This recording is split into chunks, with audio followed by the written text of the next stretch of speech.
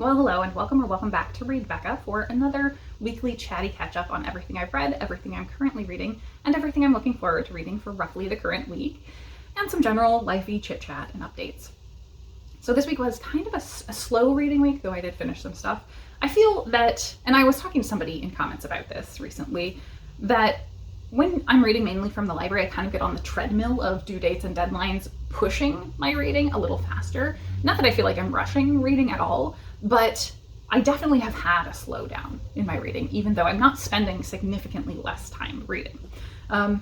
So I'm not feeling like I'm finishing and moving on to things as quickly as normal, but that's all fine. It's not a big deal. As a result of my Read What You Own challenge, I am still making great progress. However, probably because of my challenge, I should not have done this, but let's start with some children's books that I read this week. I was going to the little free library to drop off a couple books from my TBR shelf on haul.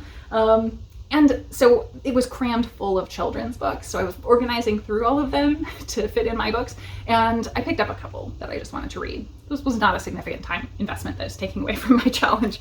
So the first was The Story About Ping by Marjorie Flack and Kurt Wise, very famous duo. And this was adorable, just little short story about a gosling who wanders away from his family and goes down on the Yangtze River, gets caught by a family for dinner, and manages to escape and get back to his own family of these.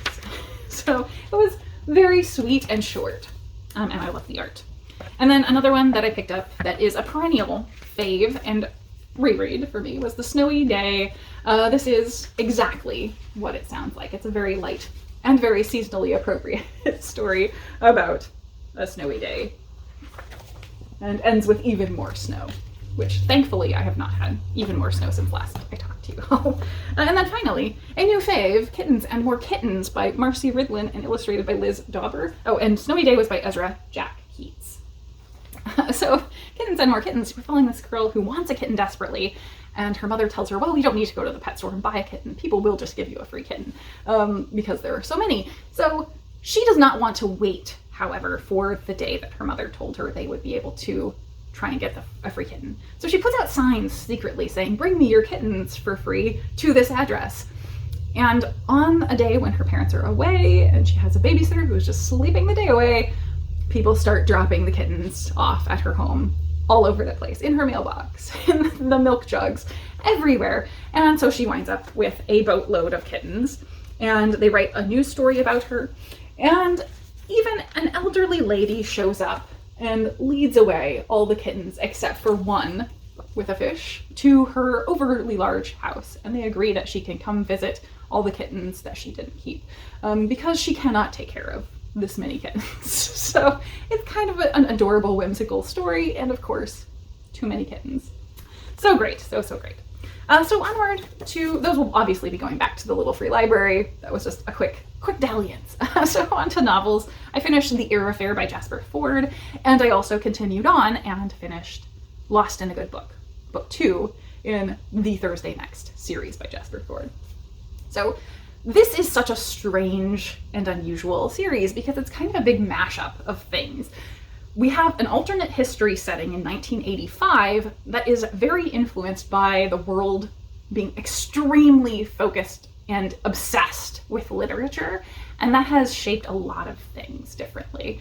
It doesn't go into directly, but I have to assume that is the seed for how we get to all of these other elements. So one of those things is time travel. Number one, so we have some technological elements. We have cloning that also includes some de-extinction.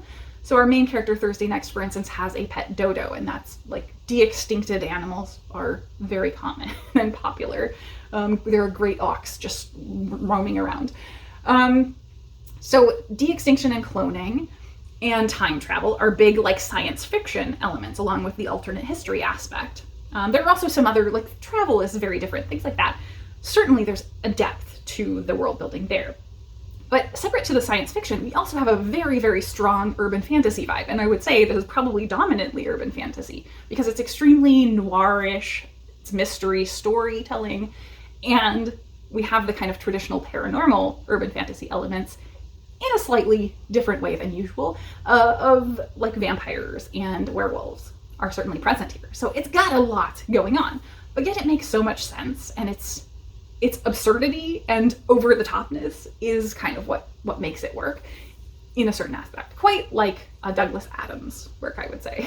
So what is going on with this story is hard to express because there is so much. So Thursday Next, our main character, is a member of a British special operations. There's a whole strata of spec ops that there are so many different types. There's even one type that is just like vampire hunting.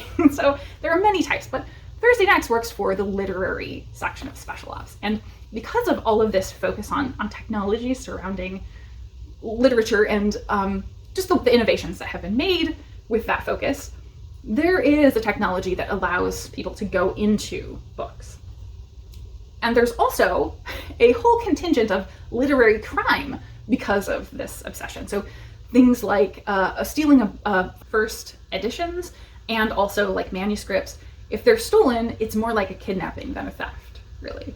So the perspective is very shifted because of this worldview.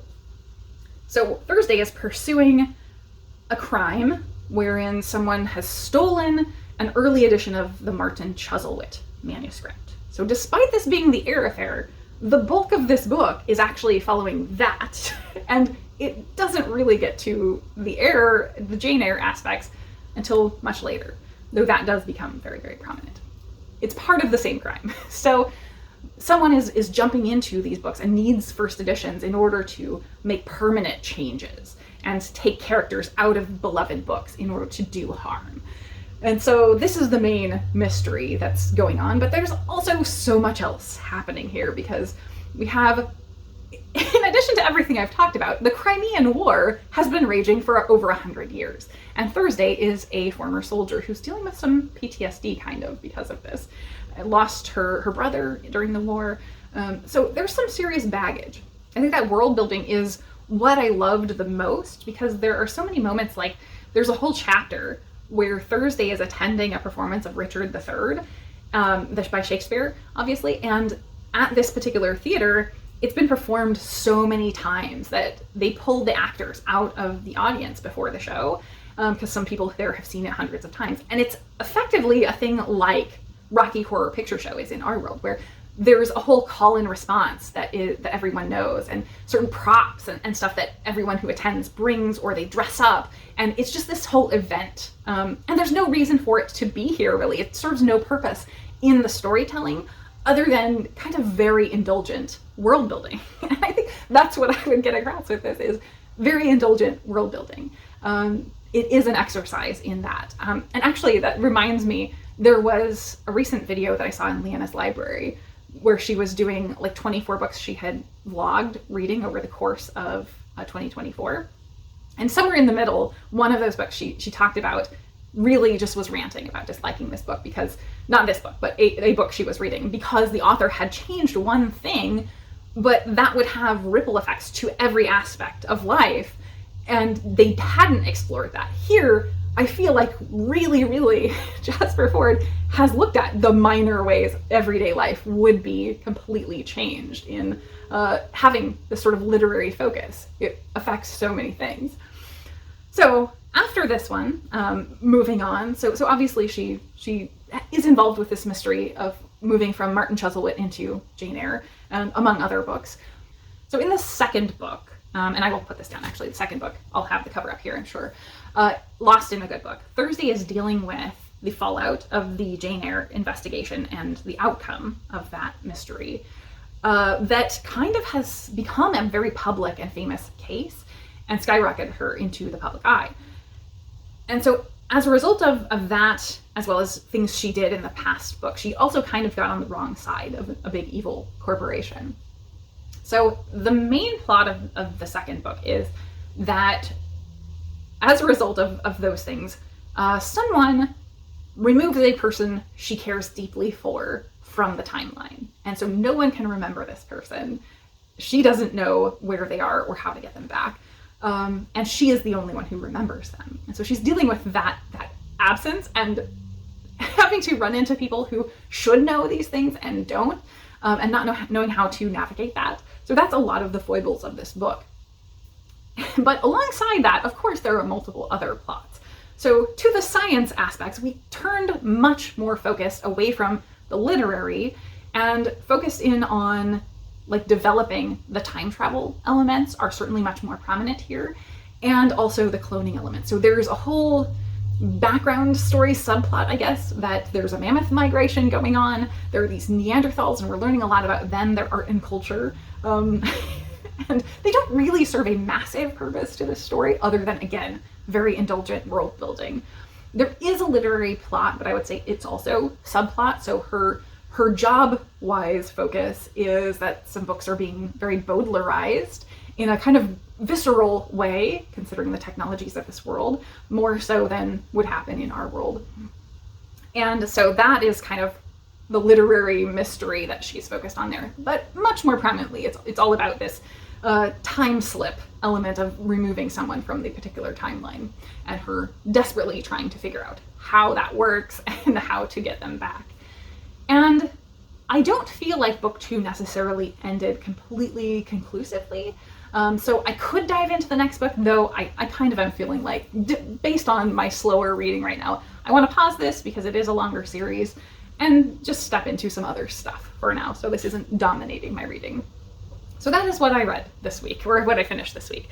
As far as what I've been reading, I'm working on Fforde by Jeff Vandermeer, book 2, in the Area X quartet, and I'm over halfway done. I'm obsessed with this. And then I started reading Letters from the Country by Carol Bly, because I kind of wanted to continue on with Epistolary January, and this is not really letters though, it's more essays, but I'm still counting it. So I got a little way through that. And I think that's it for what I am reading now. I do think I need to get to my in-person book club book, which is going to be The Phoenix Keeper, a fairly new release. And luckily I had actually bought the ebook of it in December on sale for Kindle. So fortunately I already have that and don't have to count anything against myself or waste more time on more library books. So that is everything reading wise, I believe. I think that's it. Onward to what I watched this week. I watched several things. So I guess the main thing is that I last week talked about watching Annihilation, and I had gotten a free trial of MGM Plus in order to do that. So I was casting about on that platform, and I'm not overly impressed. It seems very action adventure focused, so that's not much for me. And that's why I think if you are an action viewer, you would probably like the subscription to MGM Plus. But there were some originals that were intriguing. The only other movie that I watched was Mean Girls, the newer adaptation that's musical, and I liked it quite a bit. It didn't stand out as quite as good as the original, though I may have just nostalgia for it. And I loved the two main, Damien and Janice, I think, who are like the narrators, basically. They were heads and shoulders above everyone else, including the main girls. So it was enjoyable. It was a good time, and that's about it. Not very memorable. And then I was looking around their original series as well, and some of them intrigued me, but were not like jumping out exciting me. The only one I did wind up watching some of it was Pennyworth, which is a backstory to Batman's butler, Alfred. And it has very much like Peaky Blinders vibes. I got, I think, 3 episodes in, and they were like hour-long episodes, so that is quite a bit of watching. And I liked it, but it didn't like completely draw me in enough that I would want to continue my subscription just for that. So I think I'm gonna just let that go and not worry about it. But I enjoyed the show. It definitely captured a certain Batman vibe, though he's obviously not in Gotham. He's in like England, and was a special services guy in the war, and then is trying to start from the ground up his own security business. And at the couple episodes that I had watched, it was very organized crime focused, and he had just met Thomas Wayne, not to the point they actually have a relationship, but they have some like acquaintance and interactions at a basic level. So I was just getting started, and I don't know if I care enough to continue on though. And what else? I watched Alok's new stand-up special, Biology, and very much enjoyed that. But I watched that after seeing Alok on The Daily Show for an interview that was fantastic, and I almost think the interview is even better, so I'm going to put that down in the recommendations for the week. Definitely check it out. They were talking about the idea of humor as resistance and a rejection of the sort of pushing down of minorities to feel miserable. that laughter is a resistance of that, and very much enjoyed that. I think I almost like that more than the stand-up special, though the stand-up was great, and there were a couple of moments of just really hard-hitting, beautiful, like spoken word poetry, digressions that, again, I feel like were almost even better than the stand-up. But Alok is just a delight, absolutely wonderful human being. So I very much enjoyed that, and I think that's everything as far as. Oh, I also finished up the latest season of Jet Lag Tag in Japan. Jat Lag the Game is available to watch on YouTube. I also have a Nebula subscription, so I watch it there, and it's so enjoyable. It's like a travel game where they are using the train system to play tag around the entire country of Japan. And so they're all over the place, and they have a whole method figured out for playing this, and they've got cards and stuff for challenges. So it's very similar to like Amazing Race, but on a smaller scale and with only 3 dudes. So I've enjoyed all of the seasons so far. I've watched everything they've put out. I think that's it. Everything for watching. Now, on to life stuff. Very little to talk about. I've been really extremely low energy and not done much. So no exciting stuff, and it's still been snowy. It's still incredibly cold. Probably the only exciting thing is that a new branch of my gym opened that is much closer to me. So my path to get to my old branch involved going around the airport during rush hour, and I really hated that. There were multiple ways I could go, but it was always kind of hectic. And so the new one is so much closer, so much nicer. So I've actually been there every day this week. It's been fantastic. So maybe that has caused some of my slowdown in reading, because I've been listening to audiobooks rather than reading, or just doing other stuff. They actually do have Food Network there. The branch I was going to previously had gotten rid of their subscription for whatever reason. Very annoying. So I have access to see Food Network again, and I'm just enjoying seeing all those shows. I was watching like Wild Card Chopped, I think, something like that, earlier this week, and it was so fun. Like, I haven't seen all of the new shows that are out there anymore, because I haven't seen it in multiple years. Yeah, I think that is all the little we had to catch up on for this week. So I will end with my recommendations. As I mentioned, I'm gonna link the interview discussion with Alok on the Daily Show down below. And then also, one of my local bookstores had an author event or book launch event with Daniel Black for his new book. As always, wonderful. So please check that out as well. I will link it in the description box below. So I think that is it for me today. I hope you have a wonderful reading week, as always, and thank you so very much for watching.